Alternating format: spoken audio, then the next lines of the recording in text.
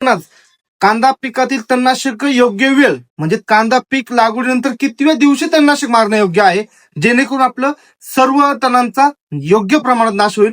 त्यामध्ये तुमचा काँग्रेस असू द्या, हरळ असू द्या किंवा तुमचं शिंपी, शिपाट, चिकटा, चिमणचारा अधिक इतर झाडुडे किंवा भाजीपाला असू द्या, त्या ठिकाणी लागवडीनंतर आपल्याला 16व्या ते 17व्या दिवशी फवारणी करणं गरजेचं आहे, जेणेकरून आपले तण अगदी तणच पाहिजे एकदम 2-2 पानावरती तणनाशक मारणं गरजेचं आहे, जेणेकरून आपल्याला तणांचा नाश होऊन रिझल्ट चांगला येईल. अशा ठिकाणी आपण कमीत कमी 17व्या दिवशी ते 18व्या दिवसापर्यंत तणनाशक मारणं गरजेचं आहे, जेणेकरून तण अतिशय छोटे छोटे असतात.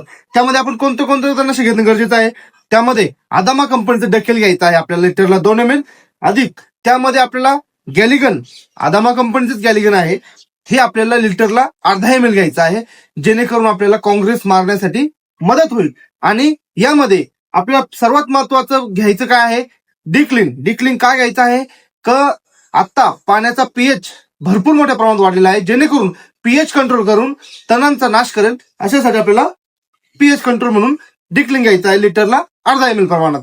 आणि ह्या तिन्हींची कॉम्बिनेशन करून एकत्रित फवारणी करणं गरजेचं आहे, जेणेकरून आपलं 2-2 पानावर जे तण असेल ते अतिशय फास्ट मरेल. एकदम 7 ते 8 दिवसामध्ये आपल्याला तणांचा नाश झालेला दिसेल. आणि त्यानंतर आपल्याला खत व्यवस्थापन करणं गरजेचं आहे, जेणेकरून तण मेल्यानंतर जो कांदा थोडाफार आचकल्यानंतर आपल्याला खतं टाकणे गरजेचं आहे.